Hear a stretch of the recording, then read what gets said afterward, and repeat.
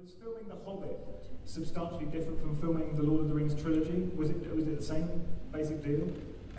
Everybody, everybody behind the camera was doing the same job that they were doing 12 years ago.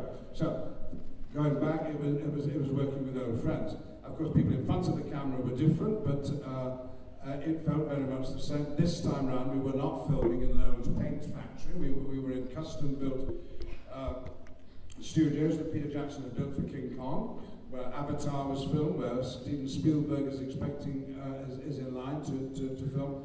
So the level of technology and the convenience and was greatly improved. But the big difference, I think, making The Hobbit is that we knew that you were waiting to see it. You know, when we started on Lord of the Rings, couldn't quite be sure whether anyone really wanted these movies to be made. I mean, a lot of people thought they shouldn't be made. How dare we trample over these classic books and turn them into a screenplay? But now the popularity of the Lord of the Rings was established this time. We knew there were millions of people around the world who were waiting for them. So that was the biggest difference. A sense that we were doing something that was actually wanted. I mean, one more question, and then I'll turn it over to the crowd. Are there any differences between playing Gandalf the Grey and Gandalf the White? Well, Gandalf the White is a bit of a bore, frankly. I know he's cut his hair and he's shaved a bit, and he looks rather nice in his white, but Peter Jackson and I always preferred Gandalf the Grey. You know, because he likes a smoke and a drink and a boogie with the hobbits, and it's just a bit more humane than the driven commander who's Gandalf the White. I wanted to have a scene in the film where we saw Gandalf getting up in the morning, because I don't know if you noticed, nobody ever washes in Middle-earth. You know? You'll never see them really going to bed, and I'd love to see what sort of pyjamas Gandalf wears. He probably doesn't have any. He's so dirty. He sleeps in his robe and everything. But and I want 2 more films to go. I mean, we can. Yes, and I know. And we're going back to do 5 more weeks of work. And I've said to Peter, can we not have a scene where we see Gandalf getting up in the morning, lighting his first pipe, and then going to have a pee against a nice big New Zealand native tree, and just thinking in 3 dimensions. I'm going to turn it over, so I'm assuming there will be people with questions, so please do raise your hand, and there are microphones circulating, so if anyone has a question for Sir Ian, now is the moment. There's a hand over here, I can see up here. Probably best to wait for the microphone, I think, as we've discovered, unless you're in, shouting can only get so far. Yes. I'm doing, no, I'm not going to say that. I'm doing an essay on Gandalf in comparison him to Dumbledore, and in terms of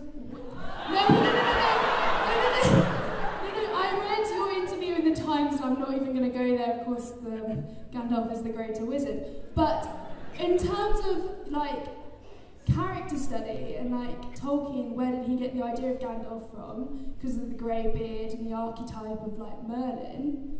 Where did your character studies? Like, where did you go with it? We all know where J.K. Rowling got Dumbledore from, don't we? It's perfectly obvious. I mean, I see big posters for the last Harry Potter movie with Mike Gambon, and I do a double take because I think it's me.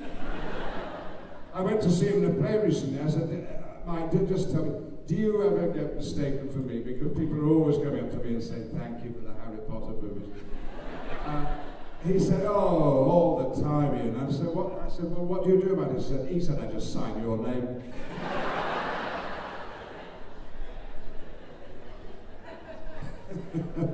Where did he get the wizard from? Well, yes, the eyed Merlin, I think probably, yes. And the pointy hat, I don't know. I think the miracle of Tolkien as a writer is that he can take a sort of archetype of the wizard and divide it up between Saruman, the wizard Saruman, the wizard Gandalf, and now in this movie you'll see Doctor Who #7, Sylvester McCoy as Radagast the Brown, perhaps the most charming of all the wizards. there are a couple of blue wizards who engagingly, Gandalf says that he can't quite remember their names, and that's because Tolkien didn't give them any names. And takes this standard notion of a wizard and divides it into four and gives them each a personality. So I didn't do any research. In fact, the only research I did was I went back to Tolkien and I listened to him reading a little bit of The Hobbit, and not very impressive it was. But it was rather overacted. I'm